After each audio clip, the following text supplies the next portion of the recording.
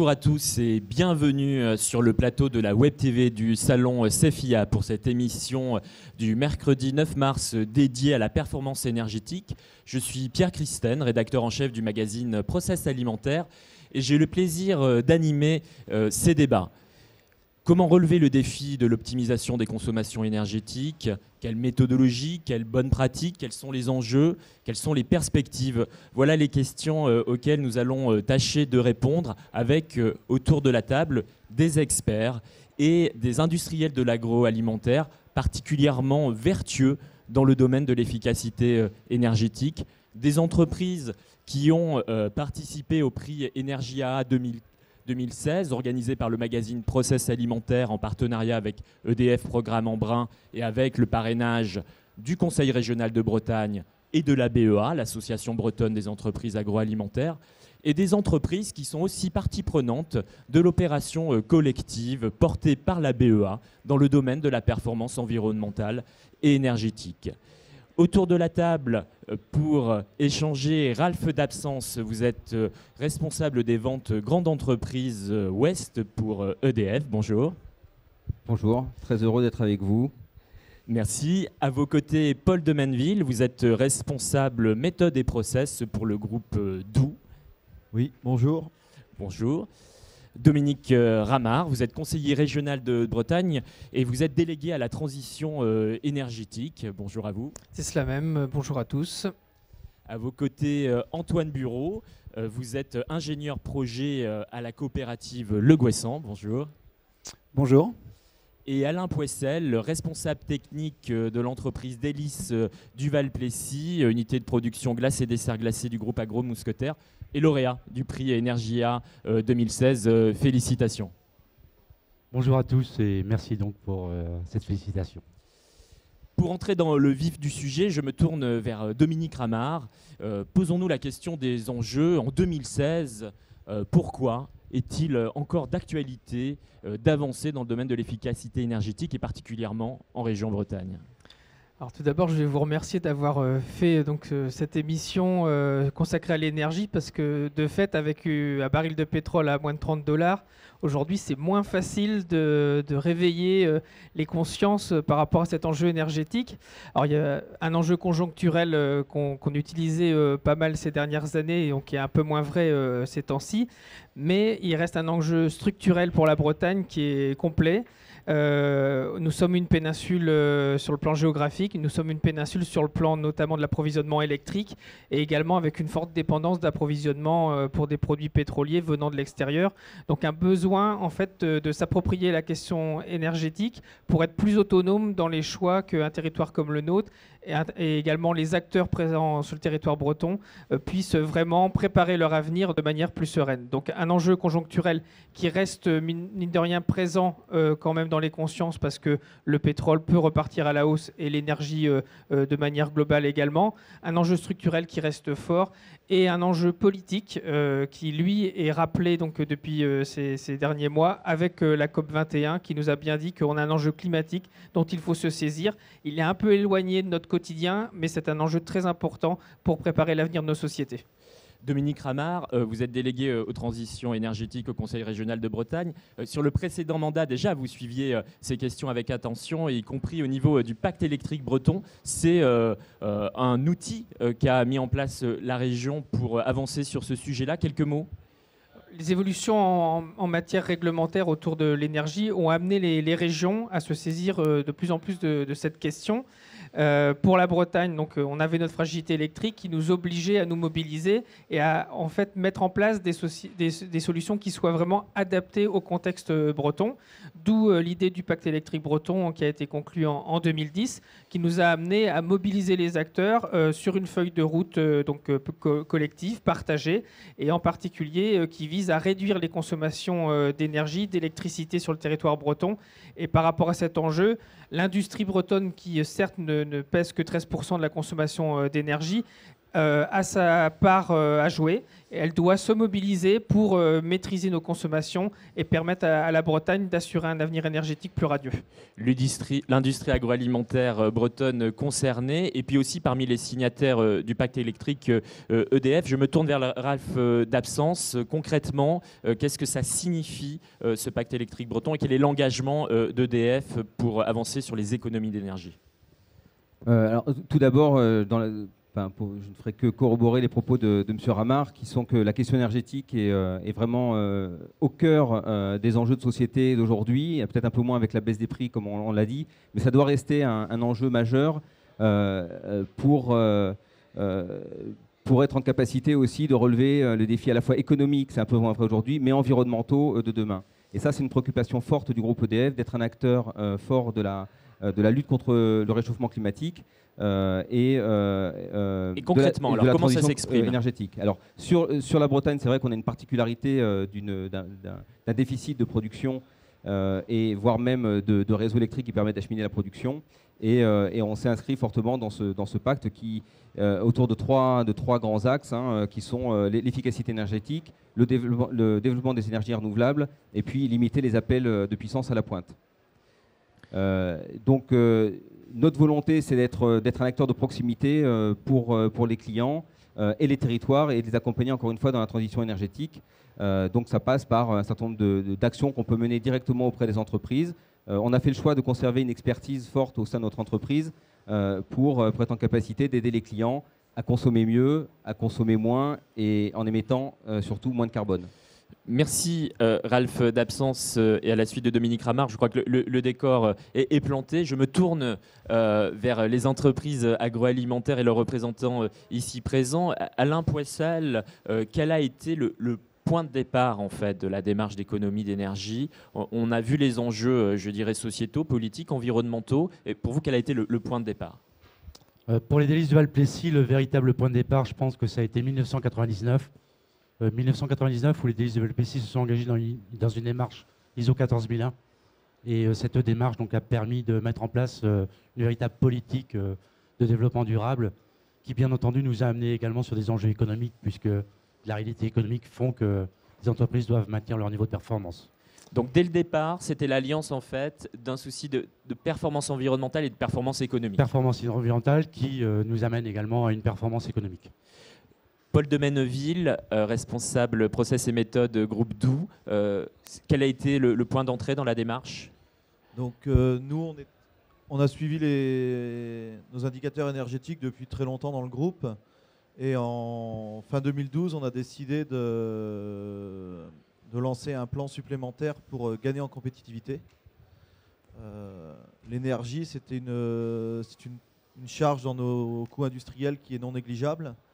Donc nous, quand on parle d'énergie, on parle d'eau, eau chaude, eau froide, on parle d'électricité et de gaz, air comprimé. C'est une part qui est importante de nos coûts, donc on a souhaité travailler dessus pour continuer à optimiser et accélérer le travail qu'on avait déjà mené dans les années précédentes. Antoine Bureau, Coopérative Le Gouessant, même question. Alors pour Coopérative Le Gouessant, donc en nutrition animale, on a vraiment réinitié notre projet performance énergétique à partir de 2007 avec des prédiagnostics qui avaient été faits avec l'ABEA à ce moment-là. Après, pourquoi notre démarche? Donc d'un point de vue global, pour la Coopérative Le Gouessant, ça rentre dans sa politique développement durable avec une agriculture respectueuse de l'environnement. Également pour la maîtrise des coûts de production, c'est non négligeable pour nous et parce que derrière ça prépare l'avenir également de travailler sur ce domaine-là. Voilà, effectivement, pour les motivations, on voit bien effectivement l'enjeu aussi très pragmatique, évidemment, de générer des économies dans un souci de compétitivité. Ce qui est important aussi, et c'est le reflet des démarches qui ont été mises en place dans chacune des entreprises aujourd'hui présentes, c'est la structuration de la démarche. C'est une méthodologie qui a été éprouvée, qui peut rappeler effectivement la méthode et les étapes clés pour effectivement avancer sur le sujet. Alain Poissel. Je dirais la première chose à faire, c'est de constituer une équipe en fait, une équipe interne. Donc, en ce qui nous concerne, elle s'est traduite par vraiment l'intégration de cette démarche dans notre système de management de la qualité, de la sécurité et de l'environnement. Donc ça a permis véritablement de structurer les choses. Derrière ça, on a intégré bien entendu des équipes techniques. Au sein de cette équipe technique, on a nommé et formé un pilote technique qui est vraiment l'animateur au quotidien de notre performance énergétique. Et pour structurer tout cela, donc j'ai dit tout à l'heure, la certification 14001 nous a permis de bien rentrer cette partie-là dans nos processus. Et puis récemment, donc l'ISO 50001, puisque nous sommes certifiés ISO 50001 depuis 2005, a permis encore de mieux structurer, de plus pousser les analyses sur la partie énergie. Paul de Menneville, la mise en place d'un pilotage de l'énergie, c'est indispensable. On trouve aussi un référent énergie, peut-être sur chacun des sites de Doubs.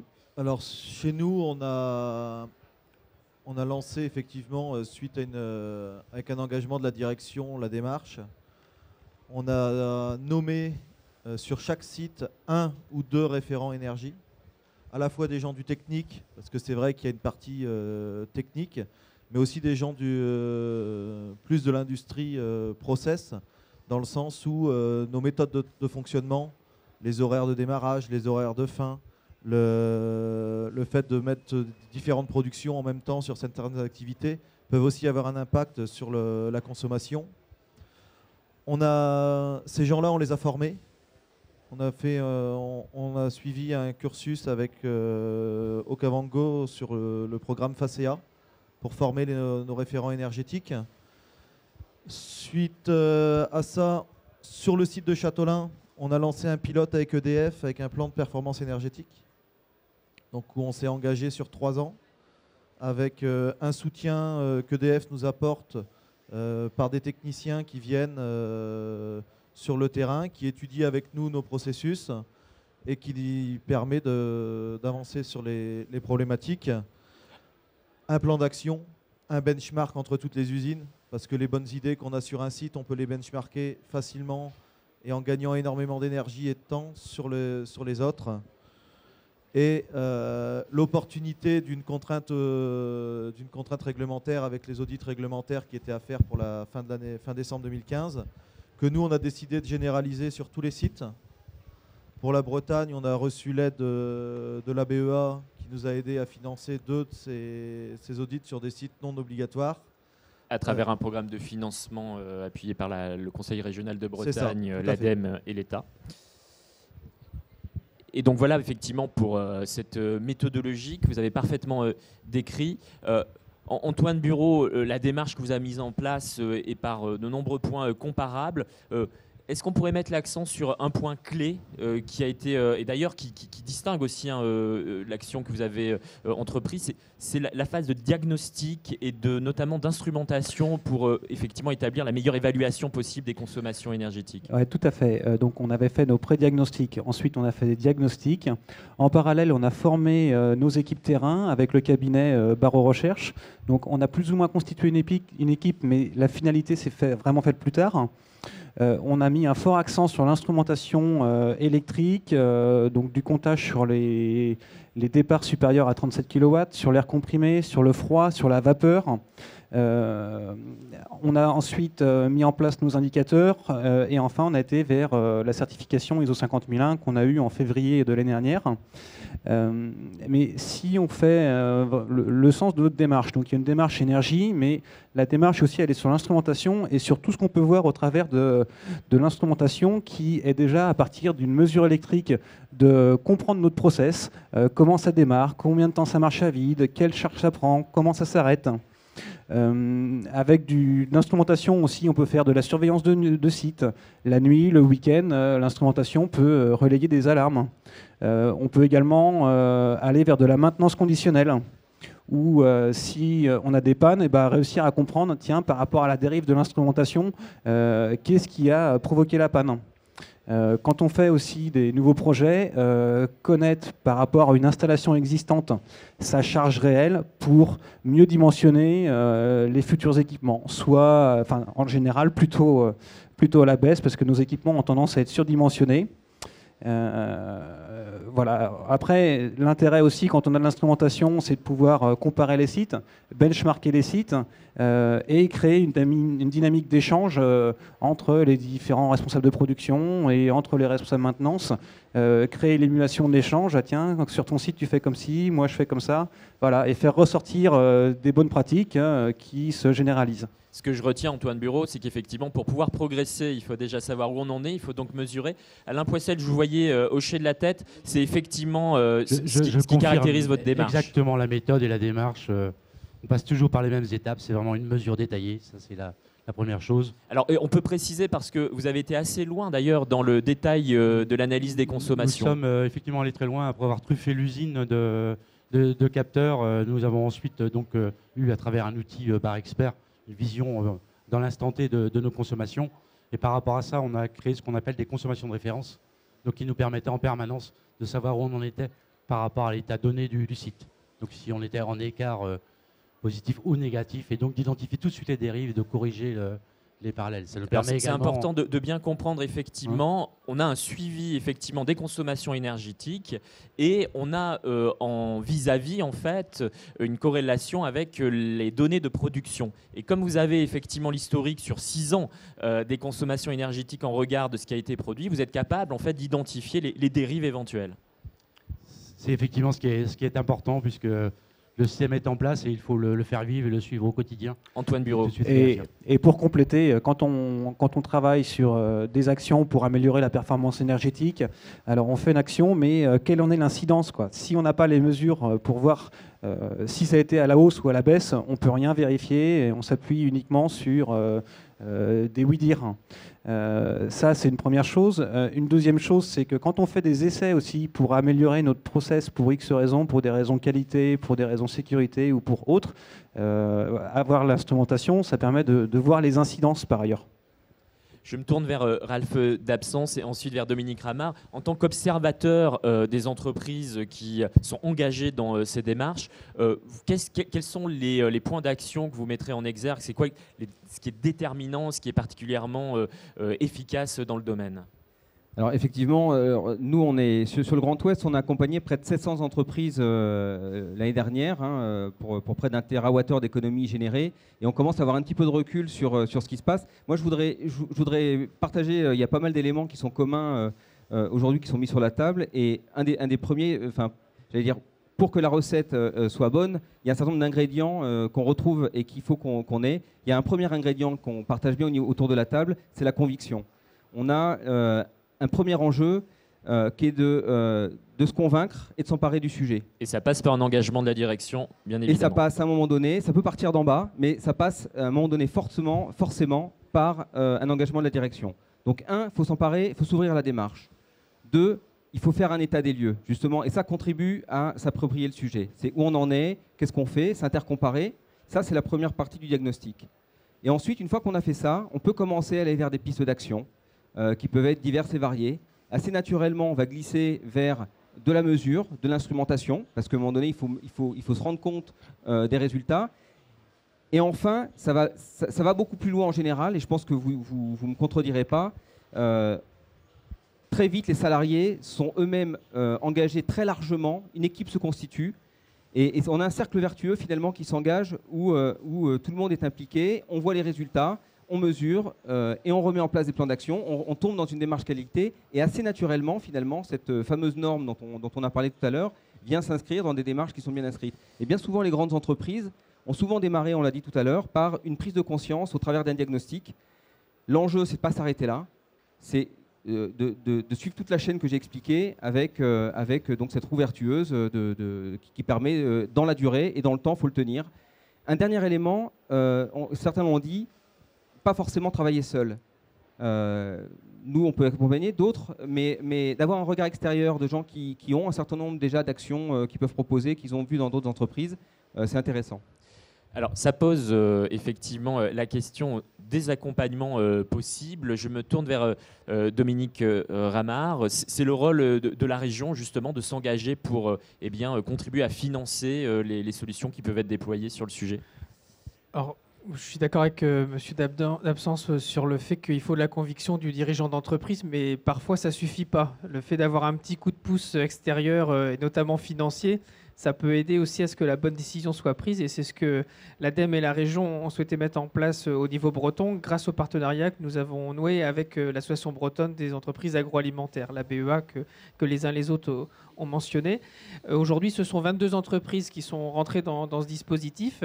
Donc avec, pour l'essentiel, des actions qui relèvent du diagnostic, voire certaines qui vont jusqu'à l'audit énergétique et même jusqu'à se faire certifier, qu'on en a ici autour de la table. Et donc tout de suite, le management de l'entreprise intègre le management de l'énergie. Et comme ça a été dit tout à l'heure, la performance énergétique, la performance environnementale peut aboutir à une performance économique qui s'accroît grâce à une meilleure compétitivité. Donc c'est cela que nous voulions accompagner et ça marche plutôt bien. On est à peu près à la moitié de l'objectif qu'on s'était donné. On espère qu'il y aura d'autres entreprises qui rejoindront le dispositif de façon à ce que l'agroalimentaire rime en Bretagne avec performance énergétique. Et continue de progresser. Alors, on a plusieurs fois évoqué la question de la certification et d'une norme, la norme ISO 50001. Je me tourne vers Antoine Bureau parce que, si je ne me trompe pas, ce sont 7 de vos sites qui ont été certifiés selon cette norme. Qu'est-ce qu'on doit en déduire? Qu'elle est incontournable, qu'elle est utile, indispensable ou facultative? Alors nous, pourquoi on a été vers cette norme? C'était pour structurer notre démarche énergie. C'était vraiment le véritable intérêt. À l'époque, il y avait aussi d'autres enjeux. Il y avait les enjeux avec les C2E, parce qu'on est distributeur fuel, donc on est également un obligé. Après est venu l'enjeu avec les diagnostics énergétiques obligatoires. Mais notre véritable intérêt, c'était de structurer notre démarche en disant, voilà, on rentre dans un process d'amélioration continue et on définit les choses. Voilà. Donc, en fait, pour bien comprendre et pour résumer, schématiquement, la certification ouvre certains allègements, on va dire, réglementaires, d'une part, mais d'autre part, apporte une méthodologie qui vous a été utile. Ouais, tout à fait. Alain Poissel, certifié ISO 50001 aussi chez Délices du Val-Plessis. Oui, certifié ISO 50001 depuis l'an dernier, donc depuis 2015. Je dirais que nous, après une démarche qu'on a conduite depuis 1999, on arrivait un peu en limite, en essoufflement, pour trouver des solutions, en fait. Les premiers points sont très très faciles à gagner, les derniers beaucoup plus difficiles. Et le niveau de précision de la 50001, le niveau d'analyse auquel on a poussé nos consommations sur le site, ont permis véritablement de découvrir de nouveaux leviers et de se définir là un programme sur les 3 prochaines années qui va encore nous faire continuer dans cette amélioration continue, quoi. Paul de Menneville, chez Doux, ça pourrait être une option. Est-ce que vous êtes certifié? A priori, non. Non. Nous, nos sites ne sont pas certifiés 50001. La démarche qu'on a menée, on l'a faite sans la certification. L'accompagnement qu'on a eu avec les organismes EDF, Okavango, nous ont permis de faire la démarche comme si on voulait être certifié. Et c'est le projet qu'on a cette année sur le site de Chantonnay, où on va lancer la démarche de certification en 50001 pour formaliser nos économies d'énergie et surtout pour trouver de nouveaux leviers. C'est ce qui s'est dit exactement. Dans la démarche 50001, il faut bien mesurer, écrire un plan d'action, vérifier avec les mesures ce qui s'est fait et c'est là-dessus qu'on veut aller. Objectif 2017 ? Oui, objectif pour le 2017, certification du site. Ouais. Et après, notre façon habituelle de faire, un site pilote, on benchmark sur les autres et on dupliquera en fonction des avantages qu'on aura tirés de cette première expérience. D'accord pour cet objectif. Et puisqu'on parlait des dispositifs d'accompagnement, peut-être une remarque des uns et des autres, c'est le moment de s'exprimer. Est-ce que ce qui existe est suffisant? Est-ce qu'on peut mieux faire? Quelles sont vos attentes dans le domaine? Nous, on a travaillé avec 2 organismes, donc EDF, Okavango. L'accompagnement, c'est très bien. Pour moi, la première chose, c'est, comme on l'a dit tout à l'heure, la motivation, l'émulation. C'est parti du haut de la pyramide chez nous. Mais c'est surtout un projet qui a été capté par le terrain. Les meilleures idées, elles sont venues du terrain. C'est le technicien de maintenance, appuyé par son responsable, qui va être convaincu, lancer un petit investissement sur son site qui va laisser dans son usine, qui va ensuite pouvoir, lors des réunions trimestrielles qu'on a avec tous les sites, expliquer ce qu'il a fait et le dupliquer. Mais alors l'enjeu, c'est de le faire vivre. Comment on peut donner davantage d'impulsion ? L'impulsion, nous, on la met avec une réunion trimestrielle. On le fait avec des projets qui sont menés sur chaque site par des responsables. Et c'est surtout, on essaye de prendre les gens les plus motivés. C'est du management. C'est du management en grande partie.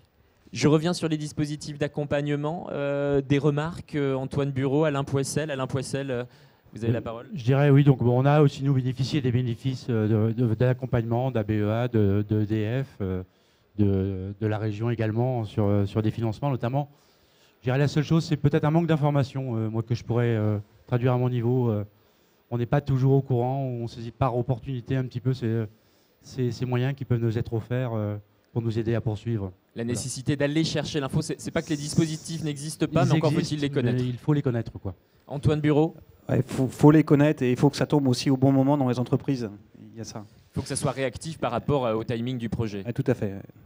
Dominique Ramard, suite à ces remarques. J'entends bien les besoins qu'il y a de mieux transmettre en fait, l'existence des dispositifs existants.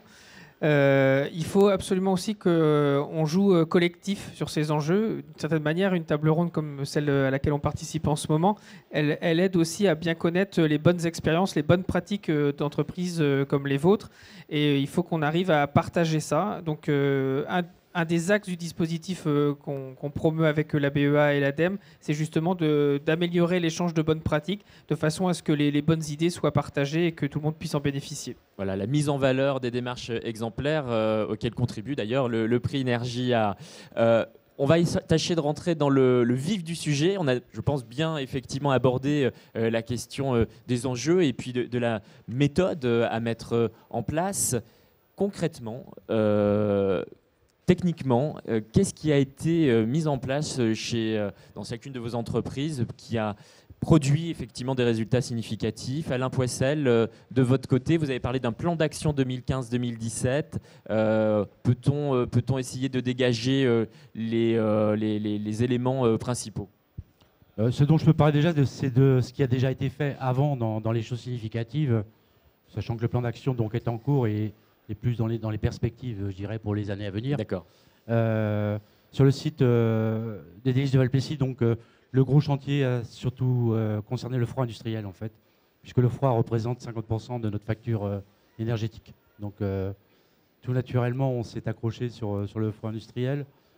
Concrètement, ça s'est traduit par des réalisations techniques, notamment sur des concepts commandes prédictives, contrôle commande prédictive sur les installations, c'est-à-dire comment maîtriser au mieux la régulation de ces installations pour qu'elles soient optimum en termes de choix des compresseurs qui vont démarrer, s'arrêter, etc. C'est-à-dire qu'on anticipe nos mouvements de production. Et on ajuste ainsi la consommation aux besoins. La consommation aux besoins dans les temps voulus le plus rapidement possible.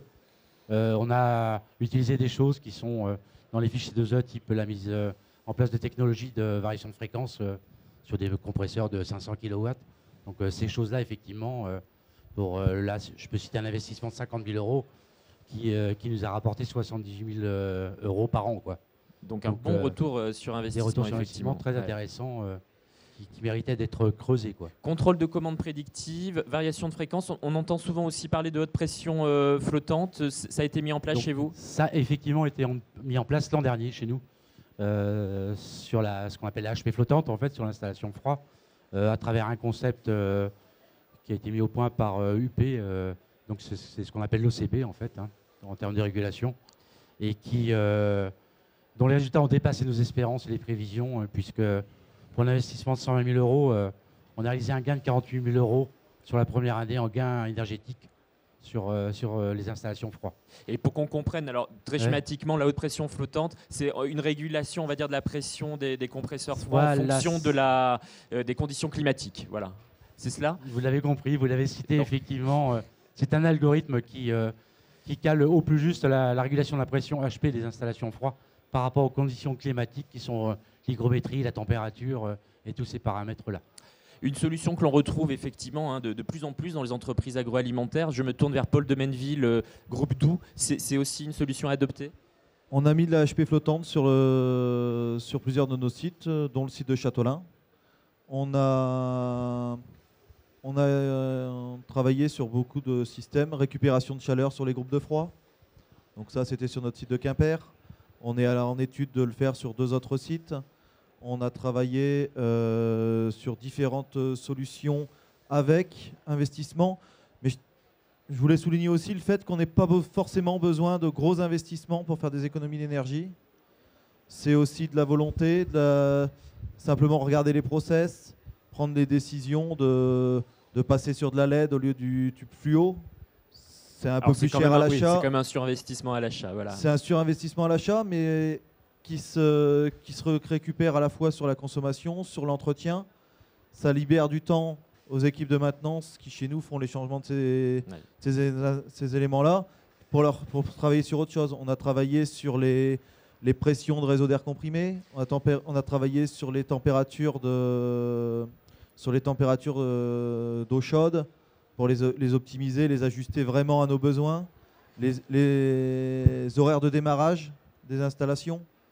Démarrer un compresseur d'air juste avant le besoin, plutôt que de le démarrer par confort, je vais dire, au démarrage de l'usine le dimanche soir. Ces efforts sur la conduite de process, finalement, effectivement, c'est du zéro investissement. C'est veiller à ce que les matériels fonctionnent quand on a réellement besoin. Antoine Bureau, chez Le Gouessant, c'est effectivement la teneur même des actions qui ont été mises en place ici. Oui, tout à fait. On a fait des essais sur la vapeur, parce que nous, on n'a pas de froid, mais la production de vapeur représente la moitié de notre consommation énergétique. Par exemple, on parlait de mise en veille d'installation, donc pour des chaudières, un passage en basse pression quand il n'y a pas besoin d'utilisation, la fermeture des réseaux de vapeur au plus près de la production, idem quand on n'a pas besoin de consommation, et puis fonction du dimensionnement des équipements, si on a des équipements qui sont un peu surdimensionnés, on peut jouer sur les plages de régulation de pression pour limiter les démarrages arrêts. Sur l'air comprimé, on va retrouver à peu près la même chose avec un travail sur la distribution avec les réseaux pour bien séparer les réseaux. Et quand on a des process qui tournent en 3.8 ou des process qui tournent en 1.8, dire le process il est arrêté, hop, je ferme mon réseau de vapeur et ainsi j'évite les fuites, ce qui n'empêche après un travail sur les fuites. Je parlais aussi tout à l'heure d'instrumentation. Là, c'est plus en lien avec le process. À partir du moment qu'on suit un indicateur kilowattheure par tonne produite ou par unité produite. On a vu sur un site avec des personnes qui se sont impliquées sur le suivi de la production, par exemple sur des lignes de granulation, où ils ont réussi à comprendre que l'usure de l'outillage faisait fortement dériver l'indicateur avec des consommations jusqu'à plus 30%. Et avec un suivi régulier de ces indicateurs-là, on a réussi à diminuer de 10% notre consommation électrique en 2 ans. Donc là, c'est vraiment du zéro investissement. Ce n'est que du suivi, c'est des gens qui s'impliquent dans la démarche, qui sont intéressés par comprendre comment ça fonctionne et pourquoi ça va à la hausse ou à la baisse. Alors, Antoine Bureau, mettons en exergue les résultats. Peut-on récapituler, aller sur la dernière période, disons 2013-2015, quels sont les progrès enregistrés en termes de consommation d'énergie, gaz, électricité ? On va dire que depuis 3-4 ans, on a baissé de 5% notre consommation énergétique au global. Alain Poissel, même question. Le bilan, le résultat de ces actions sur la dernière période ? Si je prends sur la dernière année, sur 2015, ça a été 5% sur la consommation électrique. Sur les 9 dernières années, si je projette un petit peu, c'est plus on a une important. démarche qui est assez ancienne. Sur la consommation électrique, le gain est de 32%. Et sur le gaz, il est de 26%. Voilà, donc effectivement une démarche ancienne chez Délices du Val-Plessis. Dominique Ramard, une question ? C'est juste préciser si c'est en volume ou en valeur. En consommation, donc en kilowatts, en valeur. Très bien. Ouais. Et Paul de Menneville ? Nous, sur les 3 dernières années, on fait moins 6 en électricité au niveau du groupe et moins 10 sur le gaz. Et sur le site de Châteaulin, qui est le plus gros consommateur de gaz, on a fait moins 24% et moins 12 en électricité. Donc des progrès très significatifs là aussi. Oui. On voit qu'effectivement des démarches réellement vertueuses sont mises en place. Alain Poissel, un complément ? Juste ramener, parce qu'on a également un suivi au litre de crème glacée qui est intéressant. Donc, on est passé de 0,5 kW à 0,34 kW par litre de crème glacée. Donc également moins 34% de mémoire. Motive effectivement l'ensemble des équipes, puisque c'est notre valeur quotidienne, que ce soit en perte, etc. Donc, voilà pour les bonnes pratiques. Le bilan, le résultat. Et demain, on continue ou on arrête? On a parlé de coût de l'énergie au plus bas. Ça veut dire aussi un retour sur investissement forcément qui diminue. Comment on fait? On continue, Paul de Menneville, Groupe Doux? Oui, on continue. L'énergie au plus bas, actuellement, c'est une opportunité pour toutes les entreprises en compétitivité. On va pas se cacher la vérité. Maintenant, ça ne va pas durer, on le sait tous, ça remontera. Et quand ça remontera, toute la partie molécule va remonter, mais tout ce qui est la partie transport, la partie taxe, qui elle continue à augmenter même quand les prix baissent, qu'on voit moins maintenant, l'effet sera dupliqué. Donc économiquement, il faut continuer, il ne faut pas s'arrêter. Alain Poissel.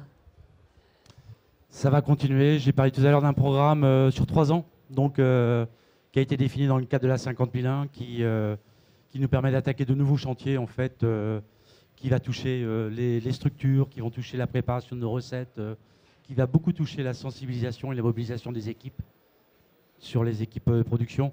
Donc là, on s'est donné un programme 9 axes sur 3 ans, avec des gains à la clé attendue. On va toucher les technologies de récupération de chaleur qu'on n'a pas encore creusées, puisque le gaz était petit chez nous, mais il faut commencer à s'y intéresser. Et c'est un prix qui est difficilement maîtrisable également. Récupération de chaleur qui pourrait être utilisée, par exemple, sur de l'eau chaude. Très en gros, on va récupérer des calories sur l'installation frigorifique pour produire notre eau chaude ou pasteurisation ou eau chaude sanitaire.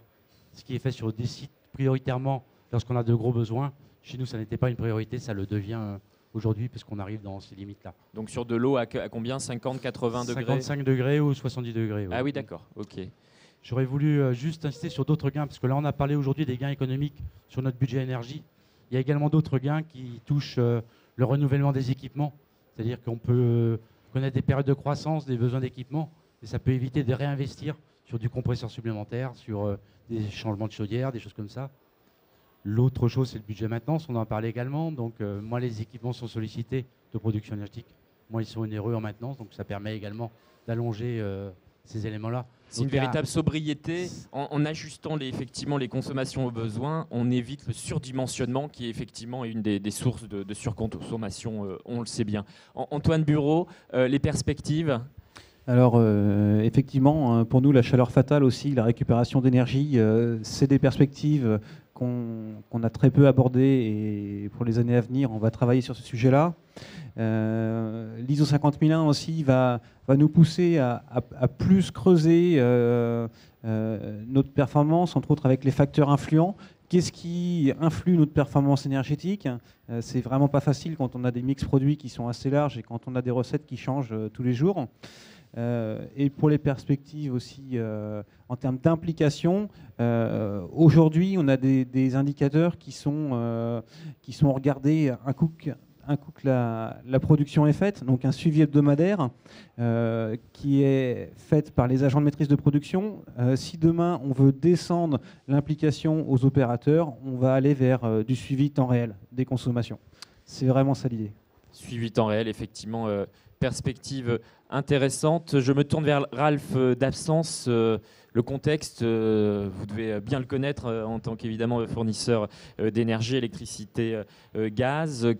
Est-ce qu'on doit finalement, comme l'a laissé entendre Paul de Menneville, considérer que là on est dans un effet conjoncturel, mais sur le long terme, le prix des énergies ne peut que aller croissant?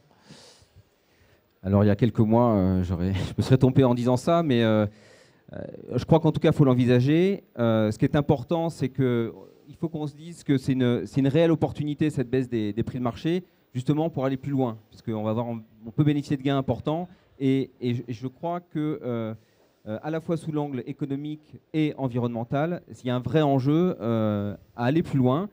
On a ici autour de la table des entreprises qui sont exemplaires. On va le dire, les dossiers qui ont été présentés sont vraiment remarquables. Et c'est des entreprises qui ont fait des choix ambitieux, qui ont été loin dans la démarche. Mais on a aussi tout un pan d'entreprises qui n'ont soit pas la structure, soit pas fait ce pas d'aller aussi loin. Donc il faut aller plus loin.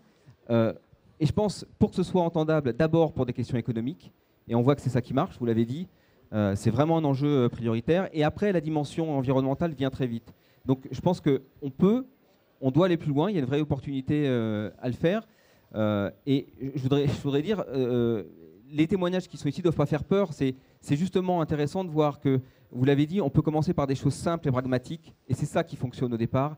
La chasse au gaspillage d'abord, ensuite récupérer parfois de la chaleur, de l'énergie qui tombe, et puis enfin, on l'a vu ici, on arrive vers des solutions beaucoup plus techniques.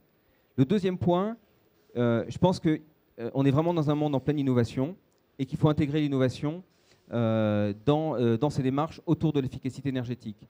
L'innovation, elle passe par des solutions techniques, d'une part. Alors nous, on travaille l'électricité, on est fournisseur d'électricité, de gaz, certes, mais on continue à travailler parce qu'on pense que ce sera un élément différenciant. Mais on a parlé de commandes prédictives. On a développé, par exemple, un logiciel avec notre R&D de commandes prédictives qui permet de gagner jusqu'à 15% sur l'utilisation des groupes froids. C'est considérable. Donc c'est encore des pas complémentaires, supplémentaires qu'on peut faire. Faire le bon choix sur les LED aussi. Nous, on regarde ça de très près. La technologie est bien connue, mais on peut aller plus loin sur les choix. Et puis enfin, il y a sur la méthode aussi. Donc on a parlé d'une approche qu'on a développée qui est le plan de performance dans la durée, qui est d'accompagner avec de l'expertise les entreprises pour trouver des solutions. On a parlé de partager des bonnes pratiques. On a développé en Bretagne, là récemment, on a lancé ce qu'on appelle 2 réseaux de performance énergétique. C'est l'association d'une dizaine d'entreprises qui peuvent être de secteurs différents ou de secteurs communs, et d'avancer avec elles en même temps sur la compréhension des problématiques, sur la mise en place d'actions. Donc ça, par exemple, on a lancé ça avec 2 fois 10 entreprises, dont un groupe d'agroalimentaire, sur 3 ans. Donc on s'engage sur un plan, et l'ambition qu'on a, c'est d'aller jusqu'à 7, 8, voire 10% d'économie d'énergie avec ces entreprises. Dominique Ramard, je vous ai vu écouter avec attention effectivement ce que déroulait Ralph d'Absence. Ça veut dire que dans la feuille de route d'une collectivité comme la région Bretagne, il y a effectivement le dispositif d'accompagnement dont on a parlé, mais peut-être aussi l'effet réseau, peut-être aussi la stimulation de l'innovation, parce qu'on voit que sur le plan technologique, on peut encore progresser. Quelles sont les autres cordes à votre arc pour conclure ? Je ne peux que souligner ce qui a été dit, et puis d'une certaine manière...